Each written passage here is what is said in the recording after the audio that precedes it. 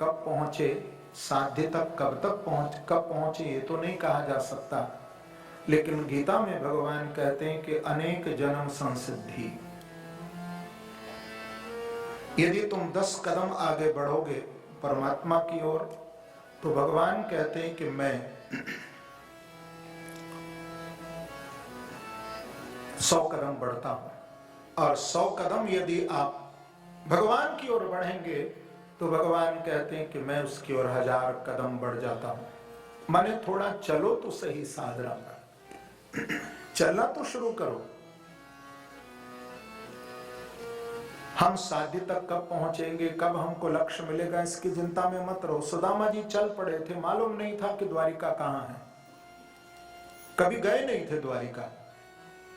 जब आधा रास्ता तय कर लिया तो देखिए प्रभु की कृपा, अब लक्ष्य तक पहुंचाने का काम स्वयं परमात्मा ही कर रहा है।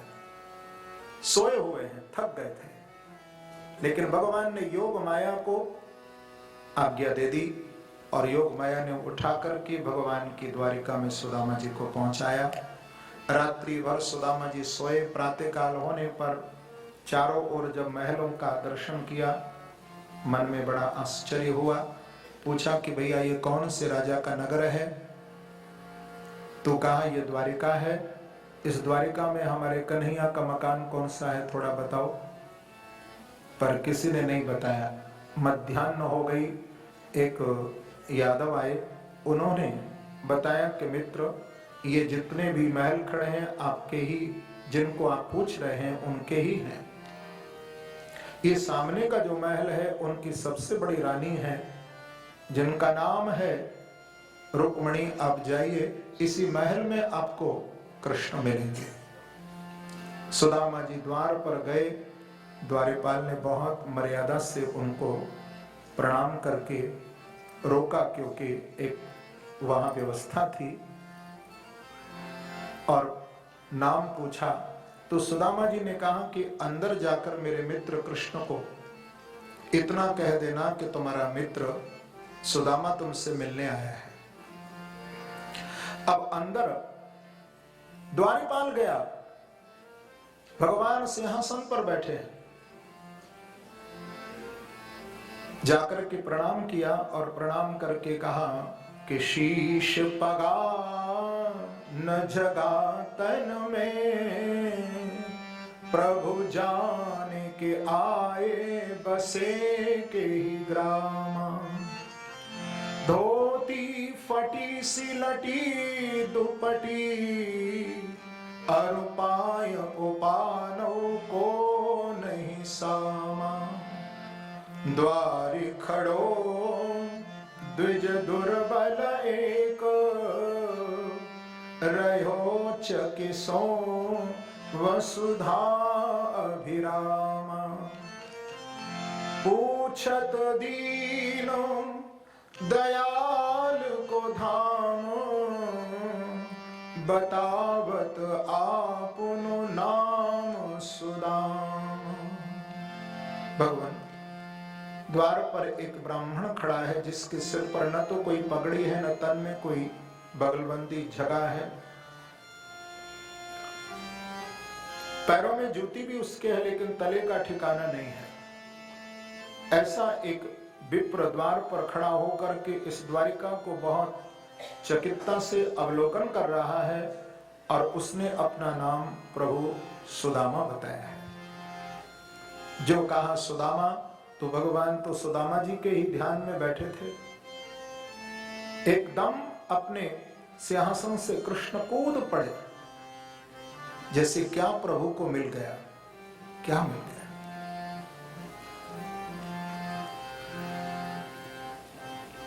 क्योंकि भगवान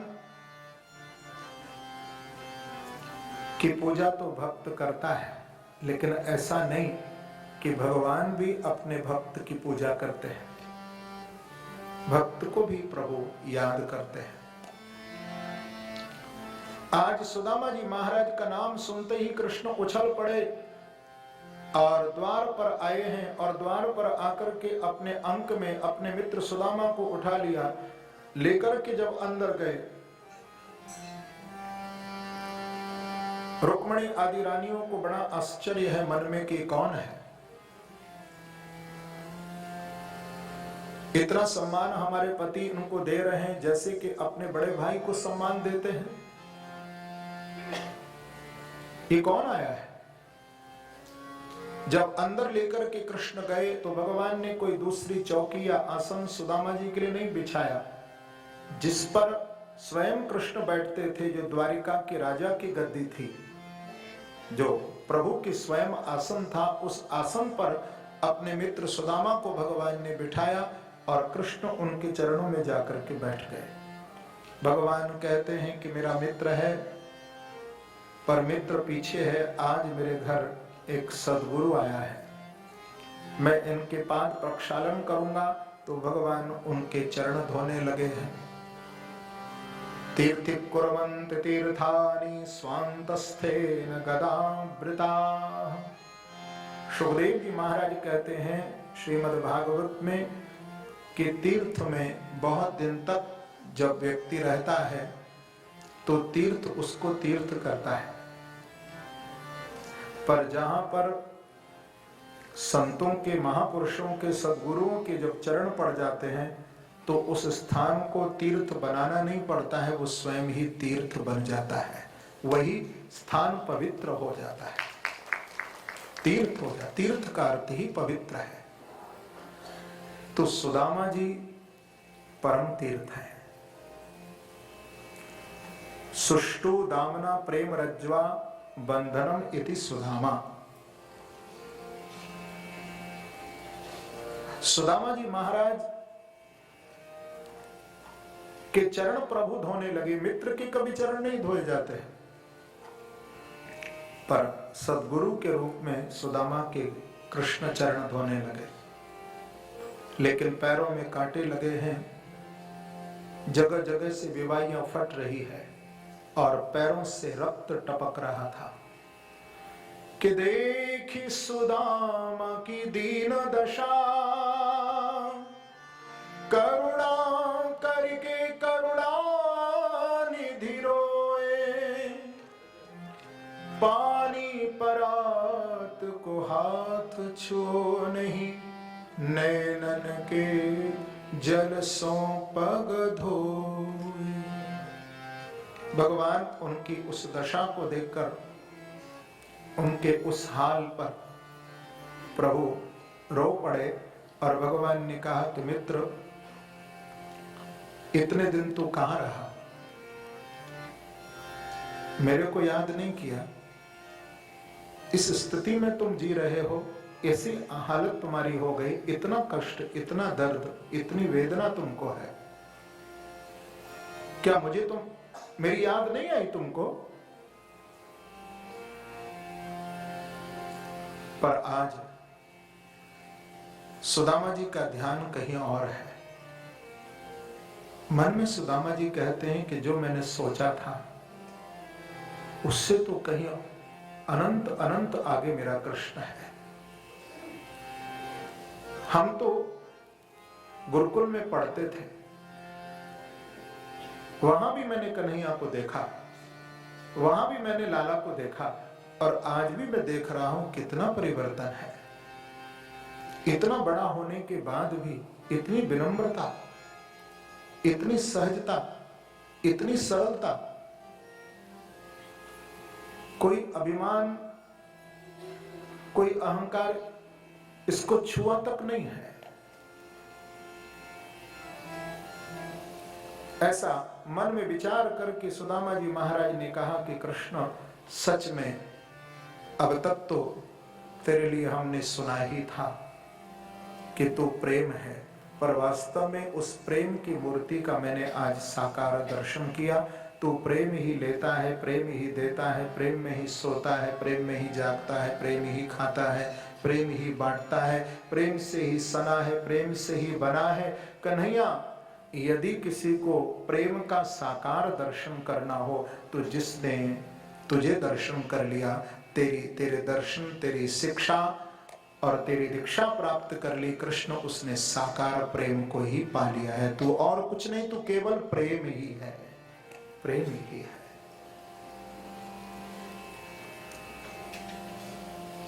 इस प्रकार से सुदामा जी जिस चिंतन में थे अपना भाव भगवान के सामने प्रकट कर दिया।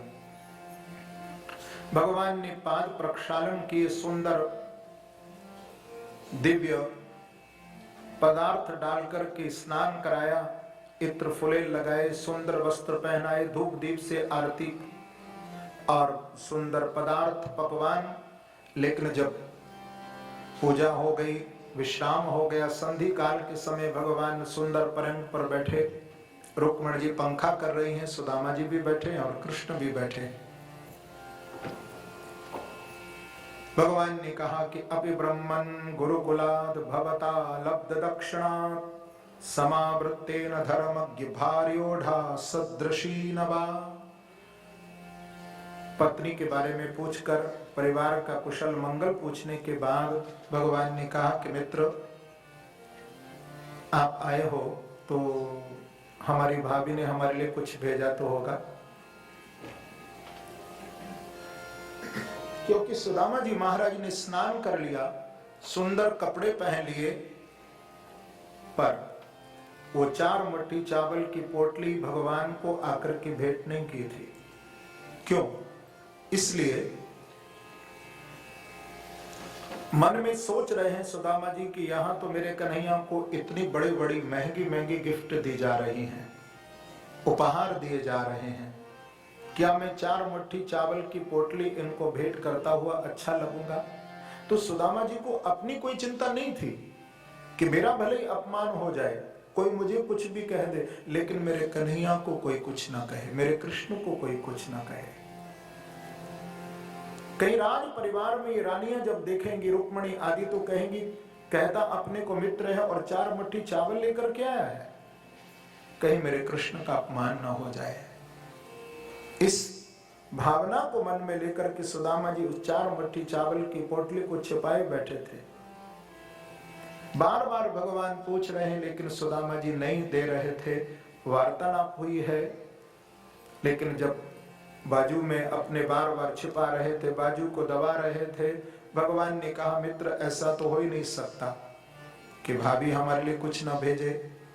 जब वार्तालाप में उस पोटली को छिपाने लगे तो एक तो पहले कपड़ा फटा हुआ था, जैसे तैसे तो 4 मुट्ठी की पोटली बना करके लाए हैं, कहां तक साथ देता वो कपड़ा भी, कपड़ा फट गया, चावल गिरने लगे। एकदम भगवान उछले और उछल करके सुदामा जी की कांख से, बाजू से 4 मुट्ठी चावल की पोटली को प्रभु ने खींच लिया है और कहा कि मित्र मेरी भाभी की प्यार की भेंट को आप क्यों छिपा रहे हैं, लाओ ना।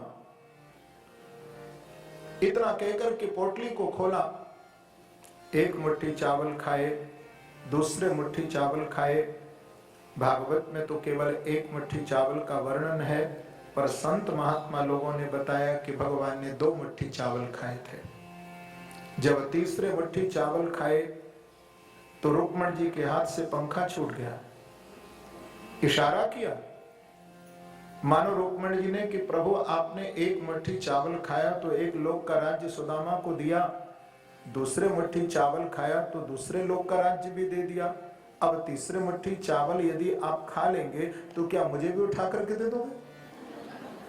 भगवान इशारे में रुक्मणी जी से बोले कि यदि मेरा बस चले तो मैं अपने भक्तों को लक्ष्मी आपको भी उठा करके दे दूं।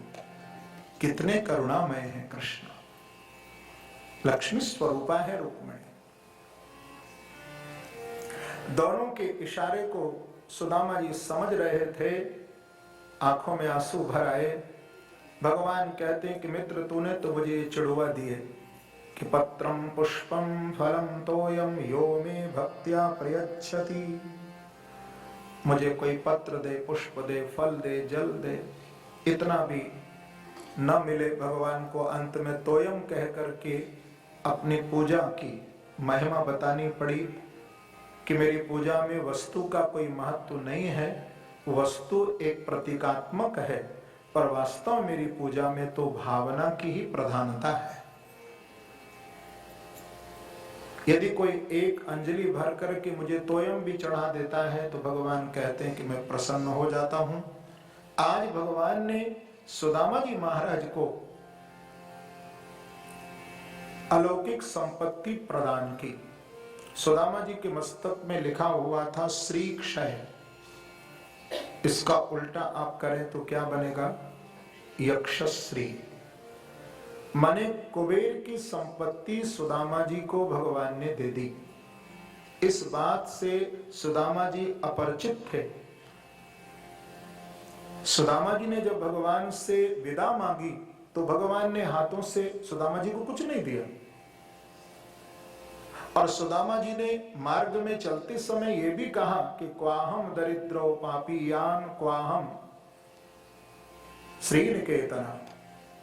ये भी कहा कि कहां मेरा जैसा दरिद्र और कहां श्रीपति मेरा कृष्ण। अच्छा हुआ मुझे उन्होंने कुछ नहीं दिया, लेकिन भगवान ने दिया तो कुछ नहीं, पर जो कुछ प्रभु को देना था भगवान ने वहां भेज दिया। क्योंकि परमात्मा की जो कृपा है, अनुग्रह है, वो अदृश्य होता है, वो दिखाई नहीं पड़ता है। अपनी भलाई को भगवान गाते नहीं हैं। जो बादल गरजते हैं वो बरसते नहीं हैं, लेकिन भगवान गरजते नहीं हैं, बरसते हैं। उनकी कृपा होती है, लेकिन उनकी कृपा जो है वो अदृश्य होती है, अदृश्य, वो दिखाई नहीं पड़ती। सुदामा जी जब अपने गांव में लौटे तो जहां बड़े बड़े महल खड़े हैं, पूछा लोगों से कि भैया ये कौन से राजा का नगर है? तो कहा कि ब्राह्मण देवता ये सुदामा नगर है। ये तो कमाल हो गया। देखो आज भी गुजरात में जो पोरबंदर है उसका ही नाम प्राचीन सुदामा नगर है। तो जहां टूटी फूटी झोंपड़ी थी वहां गए तो वहां भी एक बहुत बड़ा महल है। अंदर पत्नी गहनों से साड़ियों से सजी हुई है। लेकर के सेवक जब अंदर गए, जाकर के देखा तो एक बार तो सुदामा जी अपनी पत्नी को भी भूल गए। सुशीला तू? बोले हाँ, ये सब द्वारिकाधीश ने भेजा। नहीं, अरे चलते समय कोई राम राम में उसने विदा की, इतना कैसे दे सकता है? सच बता। बोले आपको विश्वास नहीं है तो चलिए, अंदर आपके मित्र को मैंने बिठा रखा है। बोले कन्हैया तो द्वारिका में है। बोले आप आइए तो सही। लेकर के अंदर जब अपने पति को गई तो जिस समय भगवान के पार्षद वो धन संपदा देने के लिए आए थे तो कहा था कि पहले मैं अपना घर नहीं बनवाऊंगी, पहले मैं कृष्ण का मंदिर बनवाऊंगी, बाकी बिहारी कृष्ण का मंदिर बने तब हमारा हाउस बनेगा। तो उसी मंदिर में अपने पति को लेकर के गई और कहा पूछिए इनसे। सुदामा जी ने कहा कि लाला आज तुझे इस मूर्ति से प्रकट होकर के कहना पड़ेगा, आज तुझे हमारे घर आना पड़ेगा और ये कहना पड़ेगा कि सब मैंने दिया है। यदि तू नहीं आएगा तो कन्हैया मैं भी नहीं रखूंगा सुशीला को। मंदिर में रहते हो भगवन, कभी बाहर भी आया जाया करो, कभी बाहर भी आया जाया करो। मैं रोज तेरे दर आता हूँ, मैं रोज तेरे दर आता हूँ, कभी तुम भी मेरे घर आया करो, कभी तुम भी मेरे घर आया करो। मंदिर में रहते हो भगवन, मंदिर में रहते हो भगवन। मैं तेरे दर का जोगी हूँ, मैं तेरे दर का जोगी हूँ। हुआ तेरे बिना वियोगी हूँ, हुआ तेरे बिना वियोगी हूँ।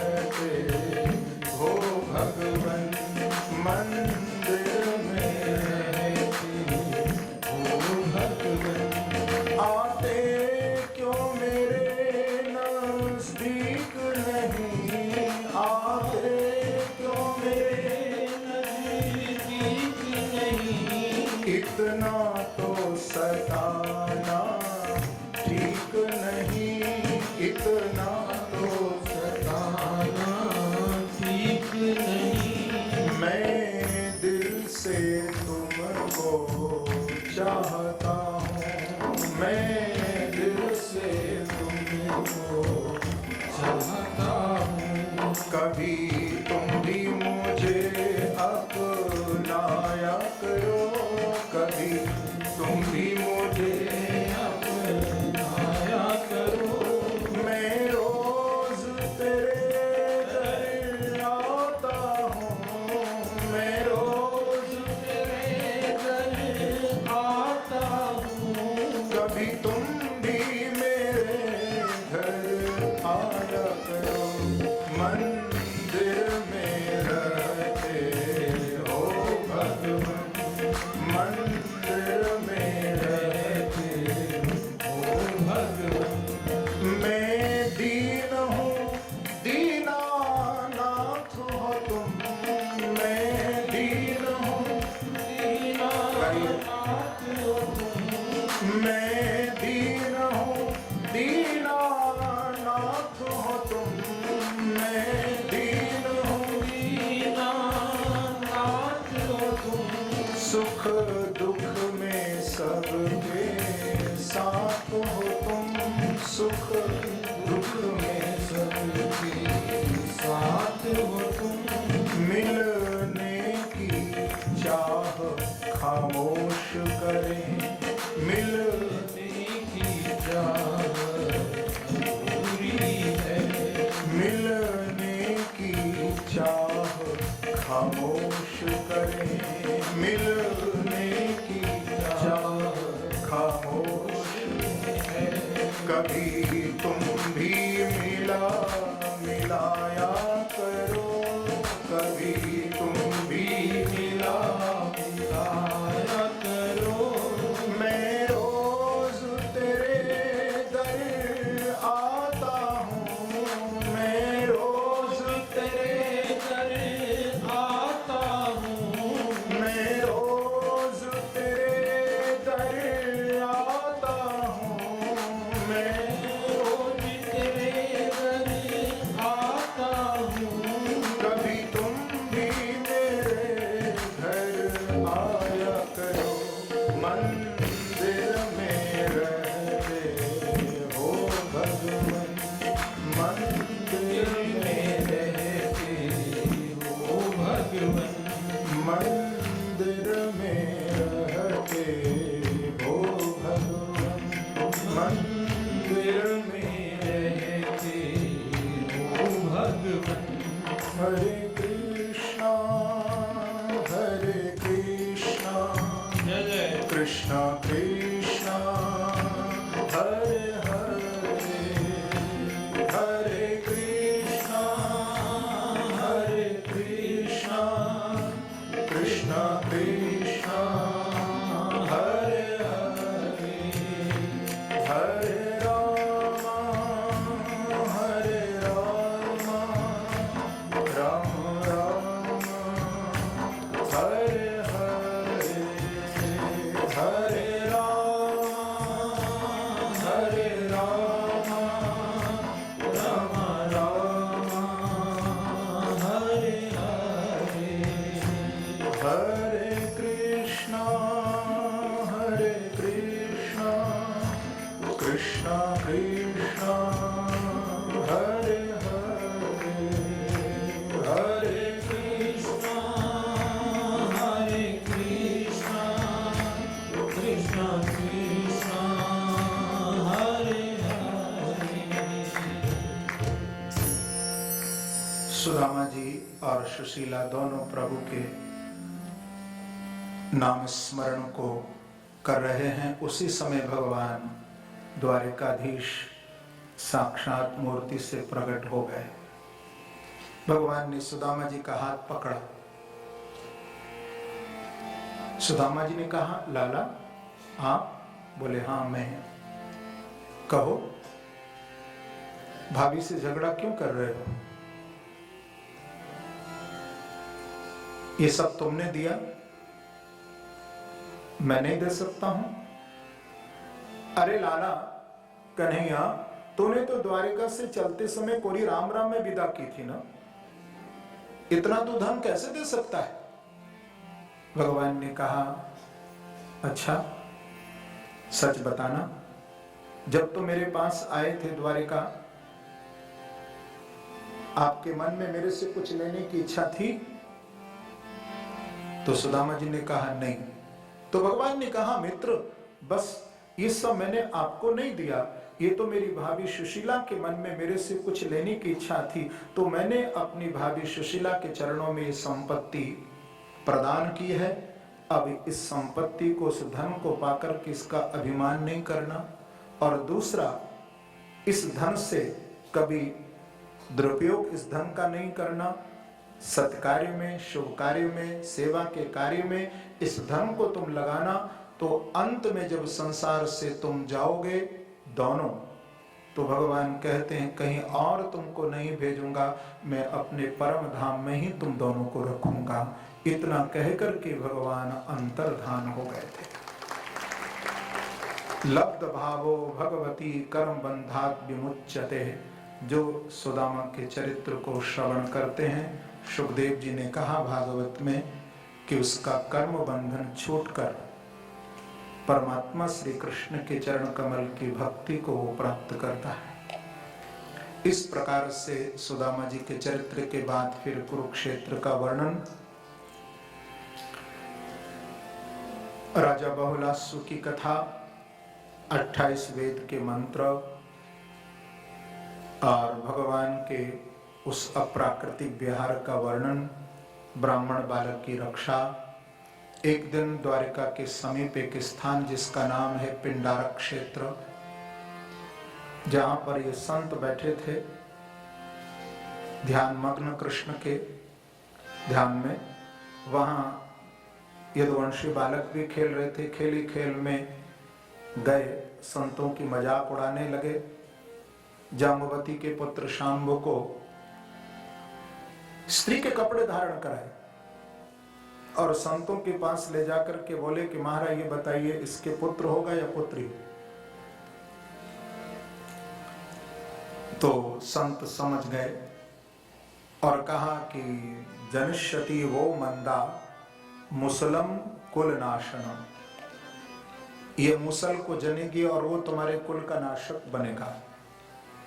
तो बड़ों का अपमान करने का ये परिणाम, संतों का अपमान करने का ये परिणाम। अंत में जब कपड़े हटाए, मूसल देखा, रेती में रितवाया, छोटी कील बाकी बची, सागर में फेंक दी। एक मछली निकल गई। मछली पकड़ने वाले ने मछली के लिए पकड़ा, पेट को जब चीरा, कील देखी, बीच रास्ते में पटक दी। उसके कोई मतलब की नहीं थी। वहां से जरा नाम का व्याध निकल रहा था। उस व्याध ने उस नुकीली वस्तु को जब देखा तो अपने तीर में लगा लिया। भगवान ने अपने ही कुल का संहार कराने के लिए बीज बो दिया। सुखदेव जी महाराज कहते हैं कि गोविंद भुजगुप्तायाम द्वारवत्याम कुरुद्वह अवात्सी नारदो विक्रम कृष्णोपासन लालसा। अक्सर नारद जी द्वारिका में निवास करते थे।